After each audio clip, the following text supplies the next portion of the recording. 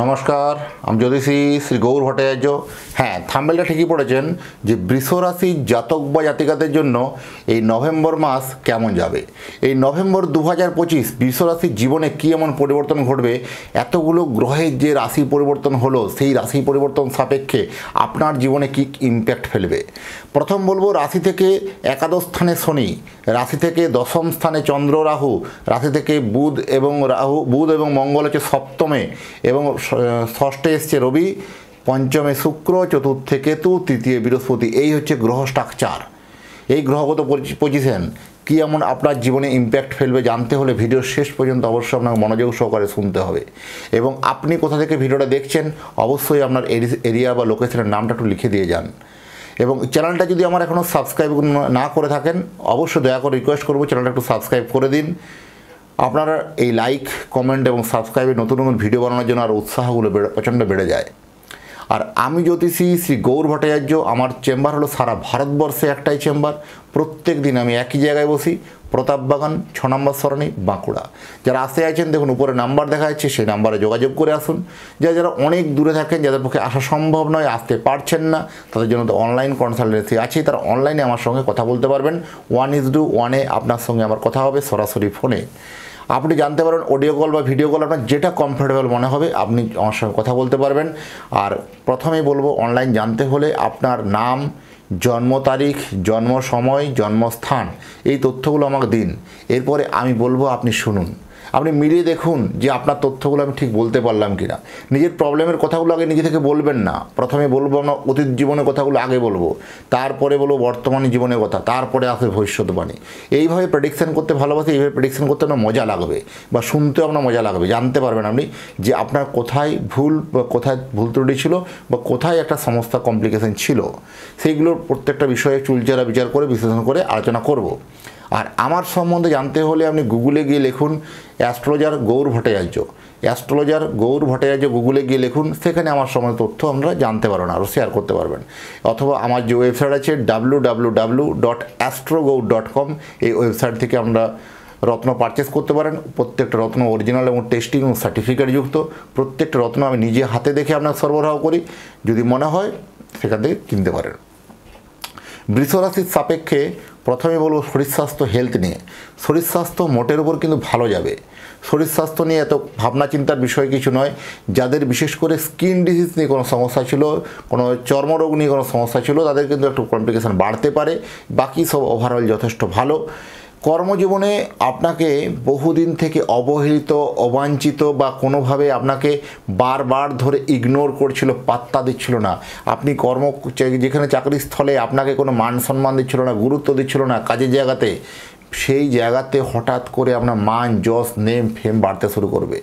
জানেন কি, কোথা থেকে কোথায় পৌঁছে যাবেন ভাবতেই পারবেন না।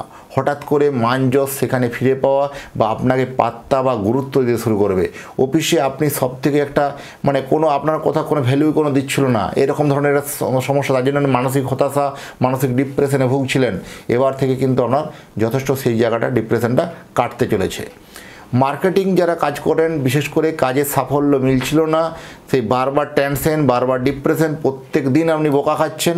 এবার কিন্তু মার্কেটিং কাজে যারা আছে তাদের মুখের কিন্তু হাসি ফুটবে, আপনার কিন্তু সাকসেসফুল হবে এবং সেই টার্গেট আপনি করতে পারবেন। সেলস আপনার কমপ্লিটলি ভালো হবে আলটিমেট। ব্যবসা মোটের উপর যথেষ্ট ভালো। যারা বিশেষ করে ম্যানুফ্যাকচারিং ব্যবসা করেন তাদের জন্য ভালো।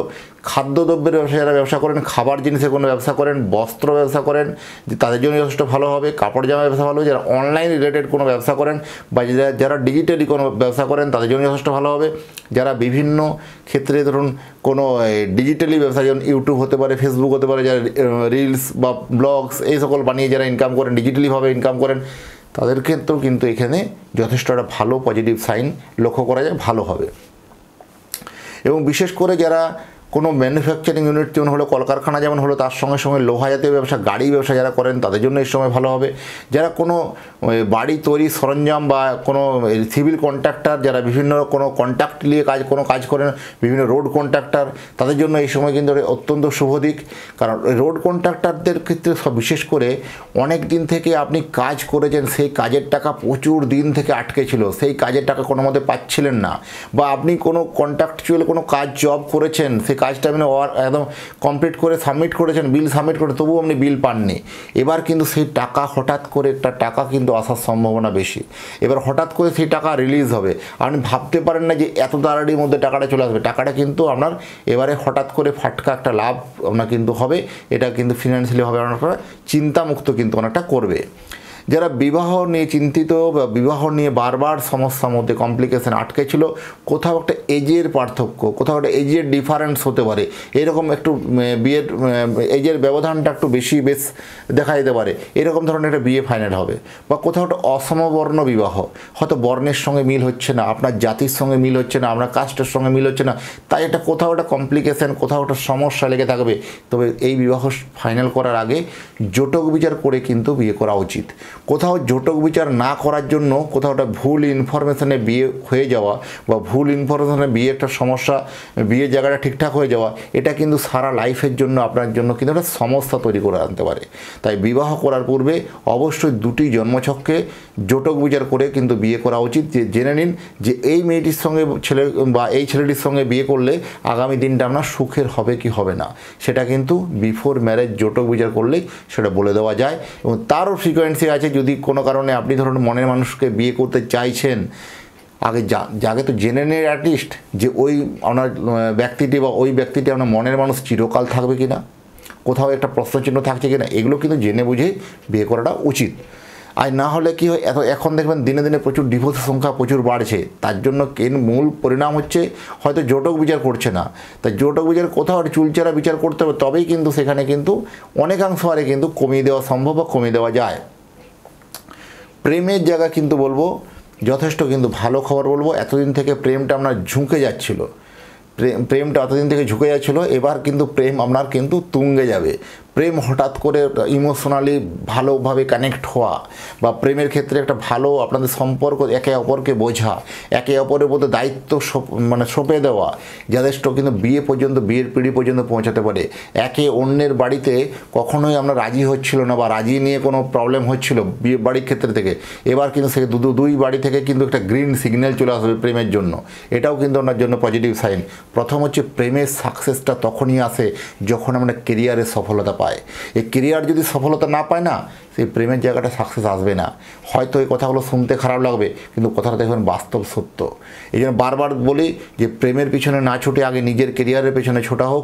কেরিয়ারকে যদি এস্টাবলিশমেন্ট করা হয়, অবশ্যই সেই প্রেম কিন্তু অটোমেটিক আবার কিন্তু জোড়া লাগতে বাধ্য। বহু সম্পর্ক দেখেছি, আমি 2010 থেকে এই প্রফেশনে যুক্ত আছি। বহু সম্পর্ক দেখেছি, ভালো ভালো প্রেম, একদম প্রচুর অনেক দিনের একদম রসালো প্রেম, অনেক দিনের একটা দুজনের মধ্যে প্রেম, এত ভালো বন্ডিং, ভালো সম্পর্ক শুধু নষ্ট হয়ে গেছে কেরিয়ারের জন্য। কোথাও কেরিয়ারে অনিশ্চয়তা লক্ষ্য করেছে, তাই আপনার হাত ধরেনি, সে অন্য লোকের হাত ধরে সে ঘর বাঁধছে। কেন বাঁধছে?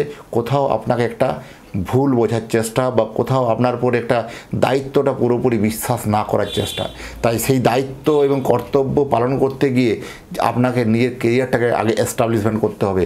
সেই নিজের কেরিয়ারটা এস্টাবলিশমেন্ট কীভাবে করবেন তার পথ দেখাবো আমি আপনার জন্মছক দেখে বা জন্মকুণ্ডলী দেখে। যদি জানতে চান অবশ্যই জন্ম তারিখ, জন্ম সময় আপনি পাঠিয়ে দিন। আপনার রুটম্যাপ তৈরি করে বলতে পারবো যে কোথায় আপনার সাফল্য, কোথায় আপনার সফলতা।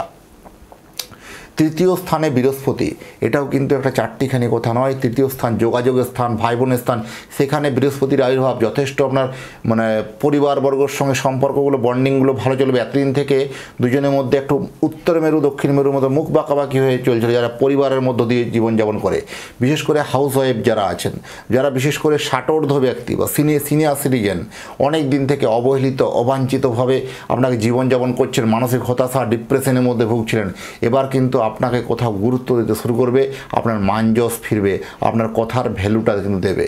কিন্তু ফিনান্সিয়ালিভাবে কোনোভাবে লুজার হতে পারেন। যারা বিশেষ করে সিনিয়র সিটিজেন আছেন তাদের জন্য বলবো ফিনান্সিয়ালি কোথাও একটা লুজার হতে পারেন।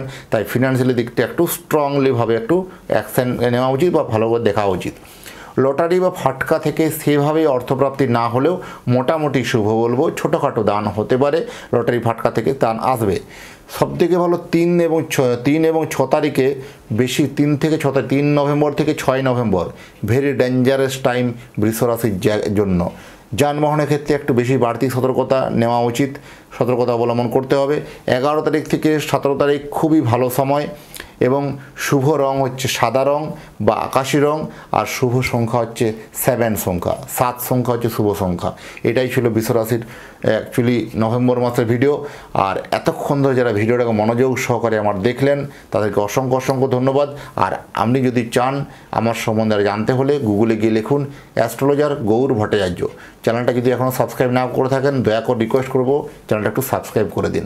আপনার এই লাইক, কমেন্ট এবং সাবস্ক্রাইব নতুন নতুন ভিডিও বানানোর জন্য আর অনুপ্রেরণা জন্মে যায়, আরও নতুন নতুন আগ্রহগুলো পেছনে বেড়ে যায়। যাই হোক, ভালো থাকবেন। আবার দেখা হচ্ছে নতুন একটা তথ্য নিয়ে, নতুন একটা ভিডিও নিয়ে। নমস্কার।